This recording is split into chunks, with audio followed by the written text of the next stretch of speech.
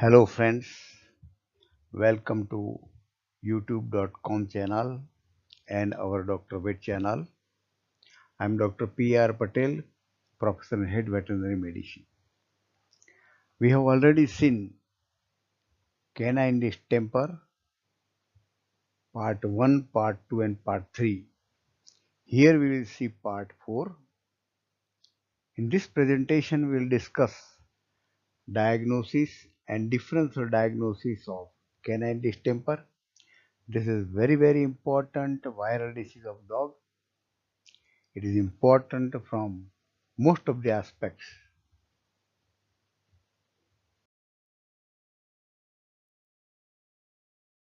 We see here diagnosis of canine distemper.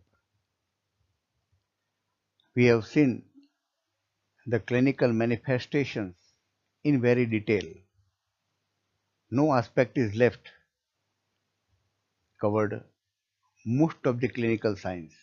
So based on clinical signs and characteristic manifestation mentioned, the general clinical manifestations and clinical manifestation of many forms of canine distemper. Based on that, the diagnosis will be easy.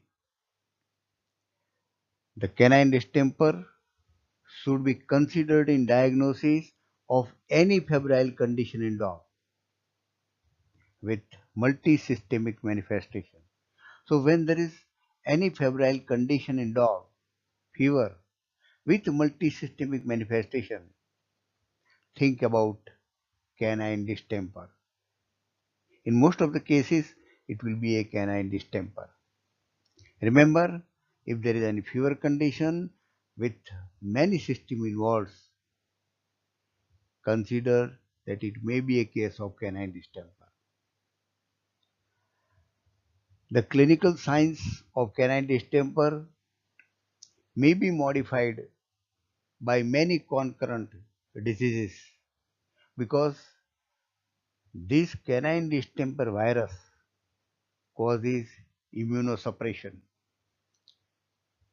and concurrent diseases, viral diseases, bacterial diseases, parasitic infection may modify its clinical picture. So clinician has to take that into also account while providing the diagnosis based on clinical findings.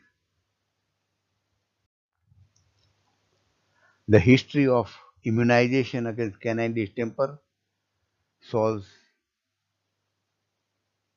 almost many problems because generally canine distemper is not occurring in immunized animals. Based on clinical pathology also, one can provide or aid or help in diagnosis, which is not characteristic. This clinical pathology we have already seen in the previous presentation.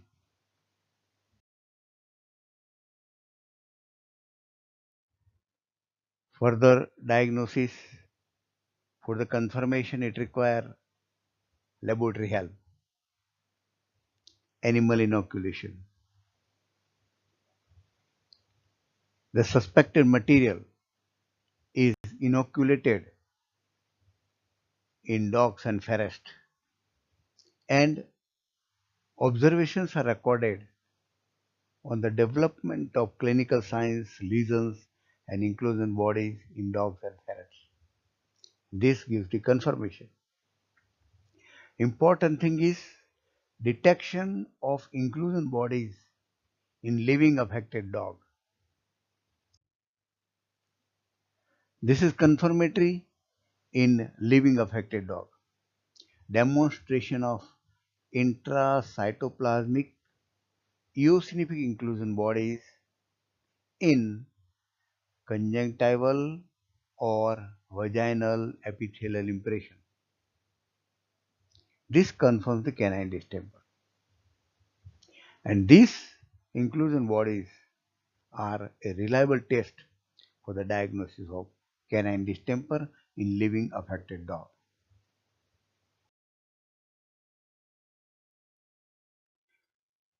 Further confirmation of diagnosis of canine distemper by fluorescent antibody test FAT. With the help of FAT, it can detect the viral antigen. This is a very reliable test for demonstration of virus in various smears, sections and secretions of the animal. The sample for fluorescent antibody techniques is impression of mucous membrane and tissue from the foot pad. These samples are sufficient for the demonstration of antigen or virus because the virus persists in foot pad for a longer period. So this foot pad material is helpful for the diagnosis by FAT test. Further detail and more confirmation can be done by isolation of virus and serological test. The isolation of virus from nasal or conjunctival swab and CSF can be done by inoculation in cell cultures and embryonated chicken eggs. There is CPE and syncytial cell formation. Serological tests are serum neutralization test, PCR test, ELISA test, and other serological tests also help in diagnosis of canine distemper. Here we see canine distemper virus antigen rapid test kit. Such kit is commercially available to diagnose canine distemper. Ready-made kit is available.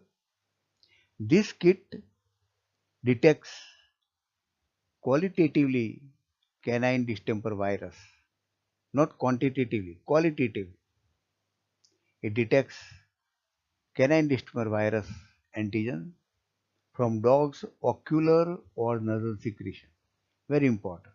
Immediate diagnosis. And results are available only in 5 minutes. Material is also very easy to collect. Dogs' ocular and nasal secretion. It is very easy to use. Result can be read visually. No need for any sophisticated analyzer.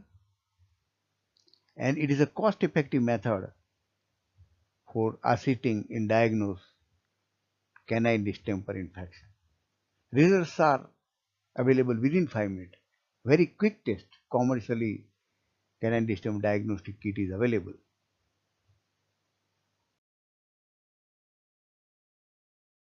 Here we discuss differential diagnosis. The symptoms of canine distemper, the general symptoms we have already mentioned, and characteristic symptoms of the various forms are also described in detail in previous presentation. The similar symptoms are also observed by many diseases.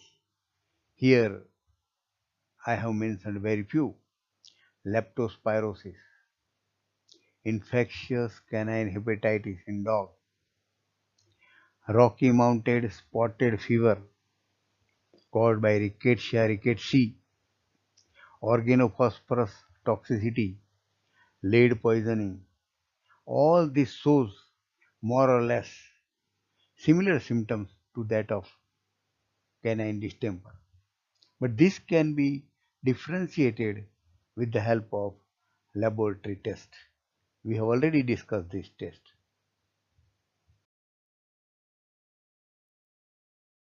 Friends, I have described canine distemper in much detail, especially clinical findings, because there is this disease is very important. So nothing is left. Because of its importance, I have described everything. Request you to share this information on important disease